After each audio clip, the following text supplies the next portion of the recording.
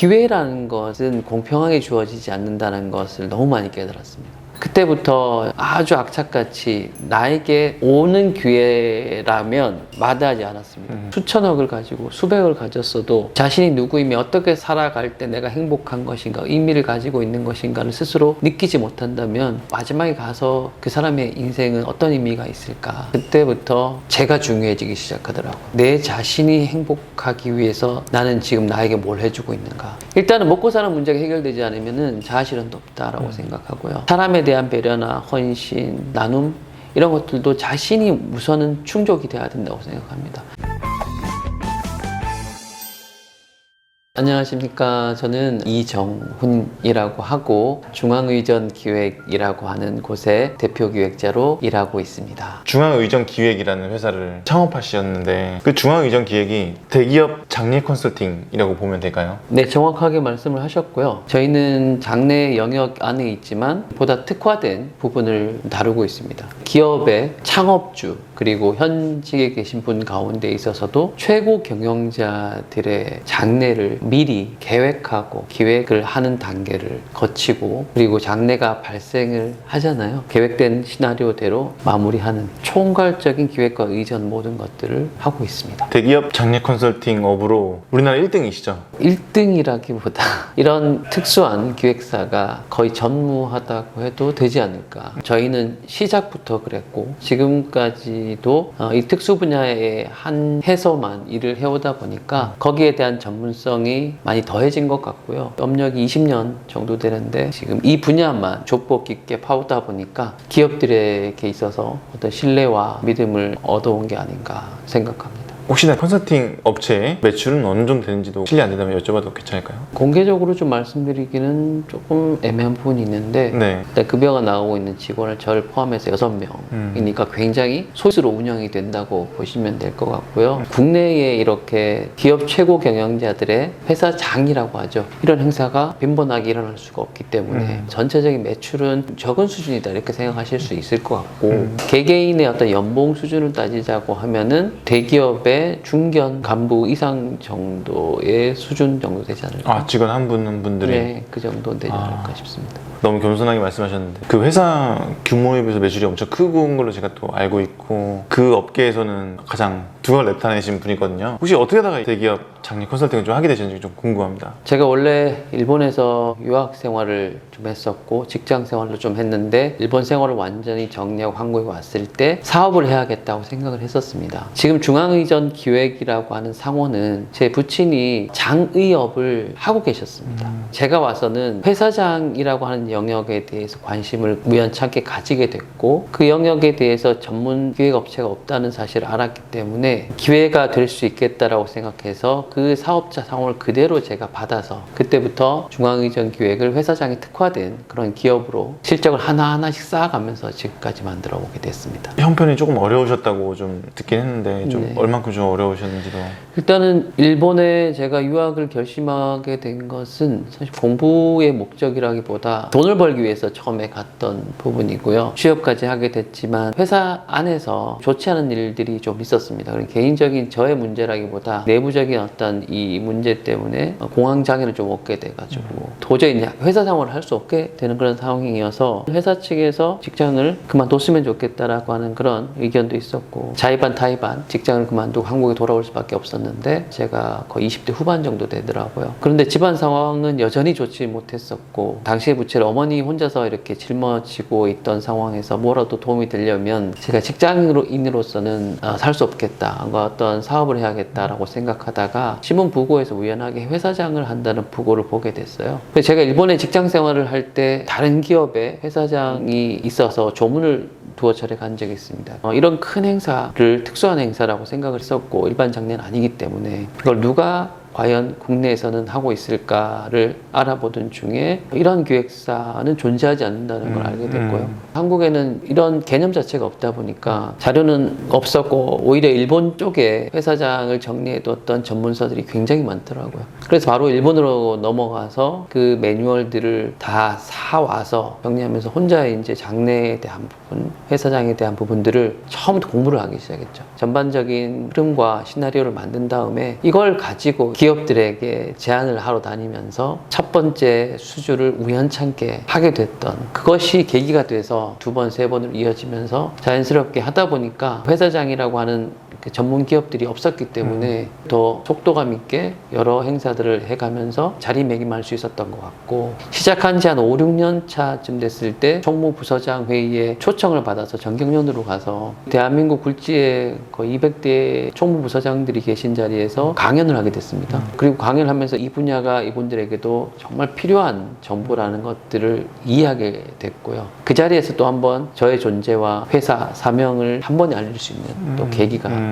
되기도 했었던 것 같습니다. 이런 질문을 좀 드려도 될지 잘 모르겠지만 사석에서 듣기로 또 아까 그 내부적인 개인적인 이야기라고 네. 하셨었는데 그게 친구의 죽음이 그리고 또 공황장애를 두고 동료의 죽음이 가장 컸고요. 그 일이 있고 나서 업무적으로 뒷수습을 저희들이 했어야 됐는데 그걸 진행하는 과정 속에서 심리적인 스트레스가 너무나 엄청났었기 때문에 그때 저에게 이제 공황장애라는 것이 왔었고 저 자신도 더 이상 일을 할 수 없겠다라는 판단까지 이르게 돼서 일본에서 한국으로 도망치듯이 나오게 됐는데, 제가 일본에 갈 때도 아주 어렵게 없는 형편에서 갔는데 겨우 일본에서 정착을 하고 이제 또 안정된 자리를 이제 잡아가는 시점에 한국에 나오게 됐기 때문에 그 당시에는 바로 집으로 가지는 못했었습니다. 1개월 반, 2개월 정도를 방황을 좀 하다가 이대로는 안 되겠다 하는 생각이 들어서 과감하게 사업에 도전을 했던 것 같습니다. 사업이란 게 정말 우연하게 시작이 됐는데, 저도 사업을 하는 게 제 유튜버를 오래 하다 보니까 가까운 지인이 도와달라는 부탁으로 하다 보니까 업이 돼버린 되게 우연한 기회였거든요. 어떻게 보면 대표님에게 장례 절차라는 뗄래야 뗄 수 없는 되게 운명처럼 좀 다가온 것도 좀 강하다고 느끼셨겠네요. 친구의 죽음도 그렇고 신문에서 그게 눈에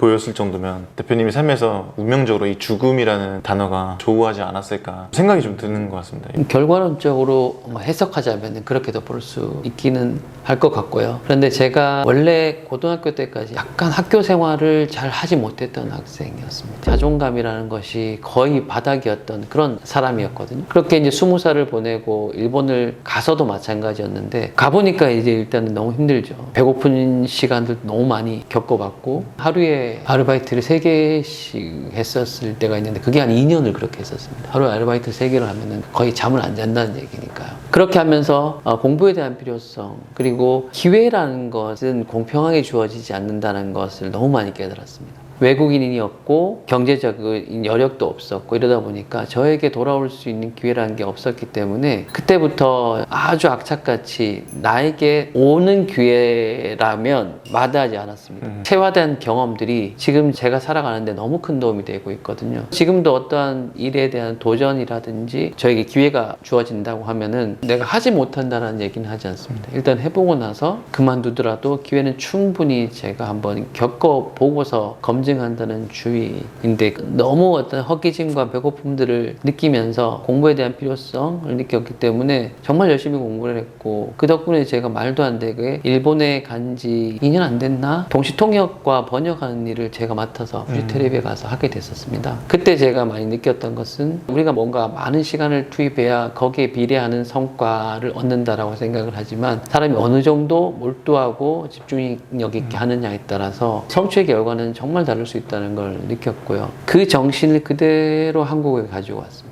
그때 저는 굉장히 절박했거든요. 8년이라는 세월을 해외에서 떠돌면서 뭔가를 열심히 했는데 결국 남은 거 뭔가 이런 생각이 들면서 한국에 와서 정신을 차리게 됐고, 그때 제가 제일 먼저 했던 것은 새벽에 일어나는 것과 신문을 가장 먼저 읽는 것이었습니다.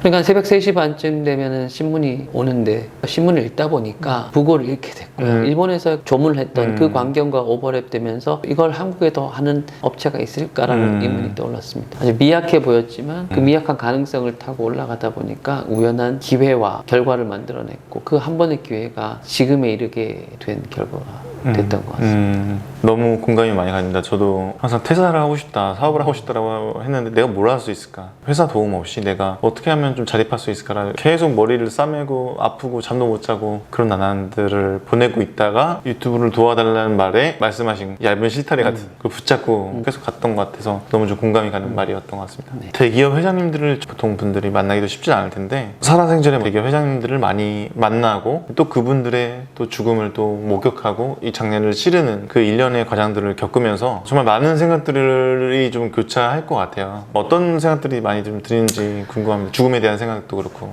제가 또래에 비해서 성숙했다는 얘기를 많이 듣는데 그 성숙이라고 함은 욕심이 좀 없어요. 돈을 어떻게 하다가 보니까 벌리긴 했는데 돈을 더 벌 수 있는 기회들이 정말 많이 있었거든요. 저는 번번이 그 길을 가지를 않았었어요. 지금 말씀하신 것처럼 이걸 준비하다 보면 회장님들을 미리 만난다고 생각을 하시는데 제가 회장님을 만날 때는 돌아가시고 난 후회가 첫 대면입니다. 일단은 회장님들, 당신들이 자기 죽음을 준비하지 않으니까 회사에서 총무, 비서 쪽에서 일단 TF가 꾸려지고 물밑에서 이루어져서 회장님 자신은 잘 모르고 간혹 가족분들께서 준비를 요청하셔서 준비를 하는 경우가 있고요. 처음이자 마지막으로 뵙는 데가 어디냐면은 입관실입니다.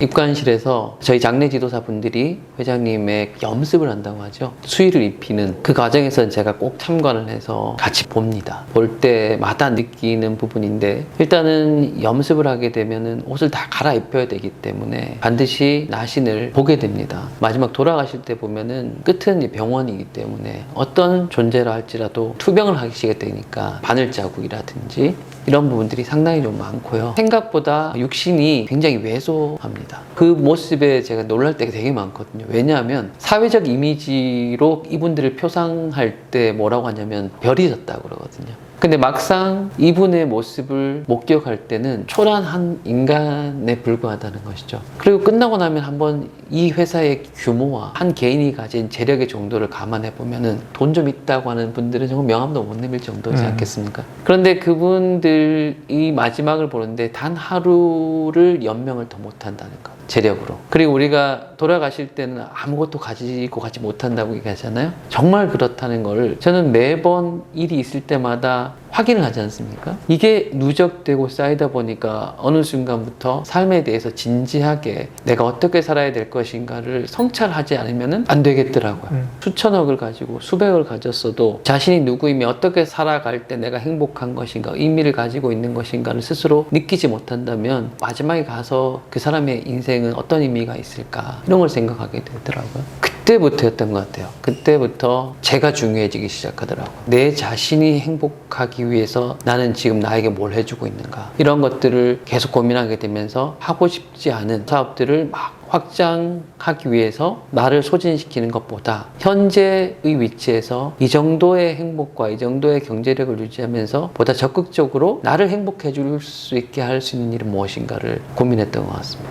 그렇게 살아오면서 사업의 방향, 전략이란 것도 자연스럽게 정해진 것이 아닌가 하는 생각이 듭니다.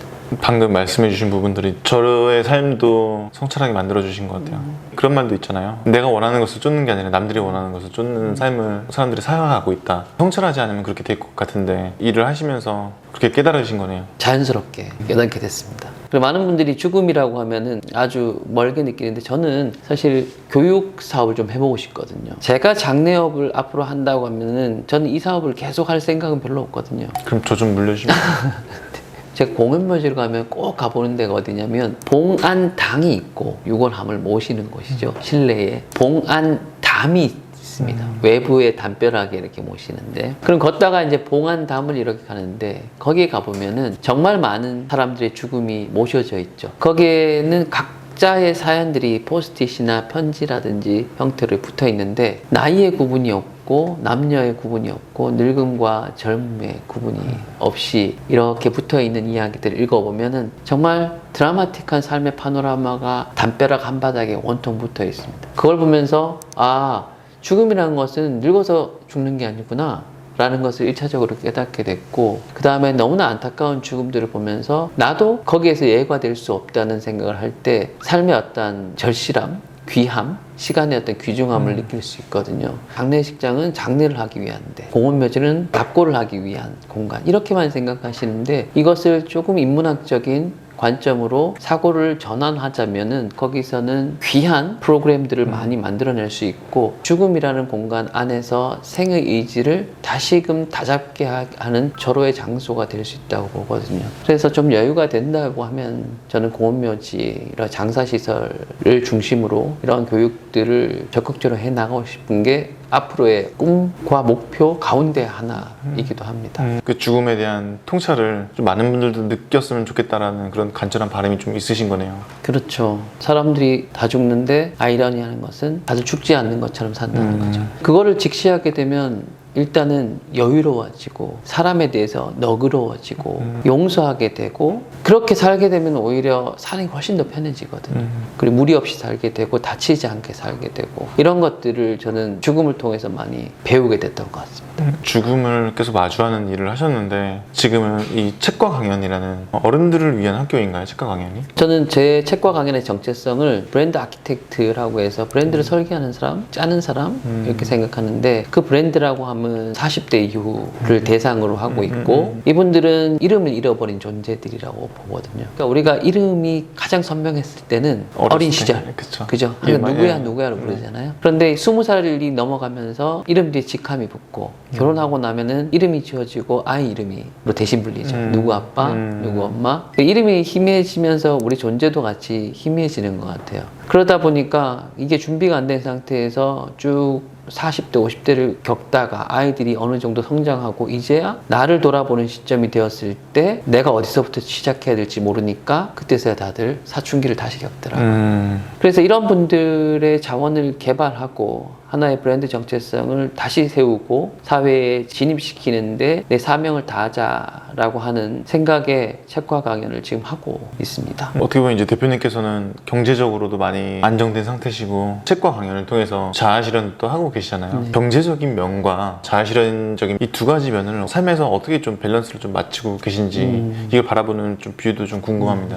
저는 인생을 자전거에 많이 비유하는데요. 자전거는 앞바퀴가 있고 뒷바퀴가 있는데 앞바퀴를 저는 먹고 사는 바퀴라 생각하고요. 뒷바퀴를 자아실현의 바퀴라고 생각합니다. 그럼 두 바퀴가 있다면 두 바퀴는 동시에 돌릴 수 있는가라고 하면은 그렇지 않은 것 같아요. 살아보면은 분명히 앞바퀴가 먼저 돌아가야 뒷바퀴가 돌아가는 것 같습니다. 근데 많은 분들이 지금 자기 개발을 하고 자아실현을 위해서 노력하는 거 보면은 앞바퀴는 놔두고 뒷바퀴를 치중하시는 분들도 계시고 앞바퀴만 돌리시면서 뒷바퀴는 생각 안 하시는 분도 계신데 일단은 먹고 사는 문제가 해결되지 않으면은 자아실현도 없다라고 생각하고요. 사람에 대한 배려나 헌신, 나눔 이런 것들도 자신이 우선은 충족이 돼야 된다고 생각합니다. 그래서 저도 먹고 사는 문제에 있어서는 어느 정도 안정기가 접어들 때까지 정말 이기적이리만큼 저 자신의 성장을 위해서 노력해왔던 것 같아요. 먹고 사는 문제가 해결되어 가면서 그때 여유가 생겼던 덕분에 그때 맞물렸던 삶의 어떤 방황 덕분에 내가 헌신하고 내가 공헌할 수 있는 일이 무엇인가를 그 짐에 찾게 되면서 책과 강연을 시작할 수 있었던 것 같습니다. 저는 지금은 좀 이기심을 좀 많이 쫓아갈 때네요. 좋죠. 저는 그래서 이기적이라는 이야기를 할 때 뭔가 내가 죄책감을 가지고 내가 나쁜가 생각을 하는 분들이 계신데요. 오히려 이기적이어야 할 때 이기적이지 않은 것 자체가 기만일 수 있다. 우선은 내가 살 방편과 안정성을 만들어 놓을 때 타인에게도 온전히 진정한 손길을 내밀 수 있는 존재로 거듭날 수 있다고 생각합니다. 많이 좀 도와주세요.